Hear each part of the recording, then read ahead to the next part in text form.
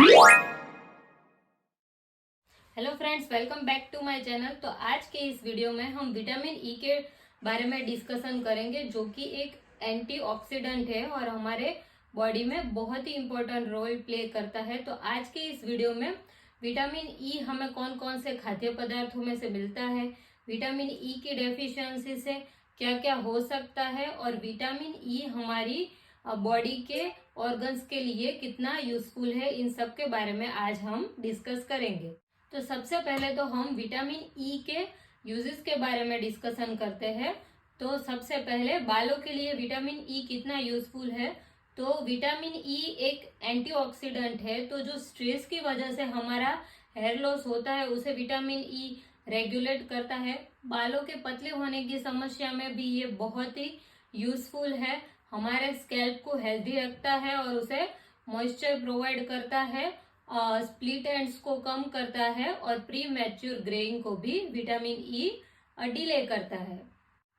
तो दूसरा कि त्वचा में विटामिन ई का क्या रोल है। तो जो सनबर्न की वजह से जो हमारी स्किन में डैमेज हुआ होता है उसको रिपेयर करके स्किन को हेल्दी रखता है, हमारी स्किन को मॉइस्चर प्रोवाइड करता है, एजिंग को डिले करता है और एक्सेस ऑयल प्रोडक्शन को रेगुलेट करके मुंह से निकलने की समस्या को भी विटामिन ई रिड्यूस करता है। तीसरा कि हमारे नेल्स को मजबूत और स्वस्थ रखता है और उसको टूटने से बचाता है।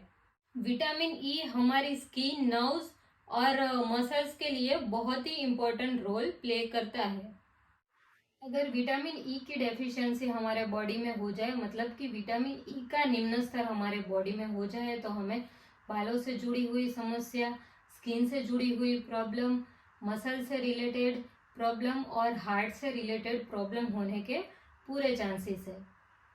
अगर विटामिन ई की डेफिशिएंसी हमारे बॉडी में हो जाए तो हमारी स्किन ड्राई हो सकती है, बाल झड़ सकते हैं, प्री मैच्योर एजिंग और प्री मैच्योर ग्रेइंग हो सकता है, हमें चलने में प्रॉब्लम हो सकती है, वीकनेस, पैरों में नम्बनेस फील होना या फिर टिंगलिंग सेंसेशन होना, पैरों में, पैर के तलवे में बर्निंग सेंसेशन होना या फिर बुजुर्गों में आँख से जुड़ी हुई समस्या जैसे कि मोतियाबिंद या विजन इम्पेयरमेंट भी देखने को मिल सकती है। अगर विटामिन ई का निम्न स्तर हमारे बॉडी में हो जाए तो उसे कम करने के लिए हम विटामिन ई से भरपूर आहार ले सकते हैं।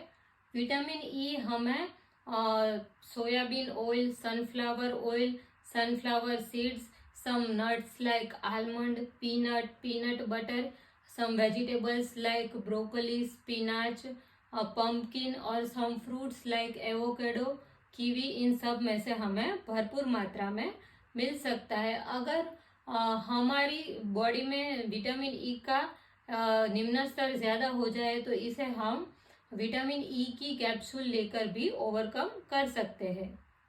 अगर विटामिन ई हम ओरली ले तो हमें एक बात का ध्यान रखना है कि डेली हमें 540 mg या फिर उससे कम मात्रा में विटामिन ई को लेना है, क्योंकि अगर इससे ज़्यादा हम लेंगे तो भी ये हमारे लिए हानिकारक हो सकता है। और vitamin E fat soluble vitamin है, तो इसे हम खाने के साथ ले तो इसका एब्जॉर्प्शन ज़्यादा हो सकता है और हमारे लिए ज़्यादा फायदेमंद हो सकता है।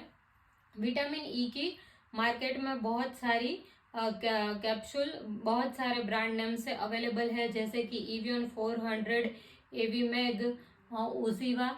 तो इन सारी प्रोडक्ट्स हमें यूज़ कर सकते हैं और ये सारे मेडिकल स्टोर में बहुत ही इजीली अवेलेबल है।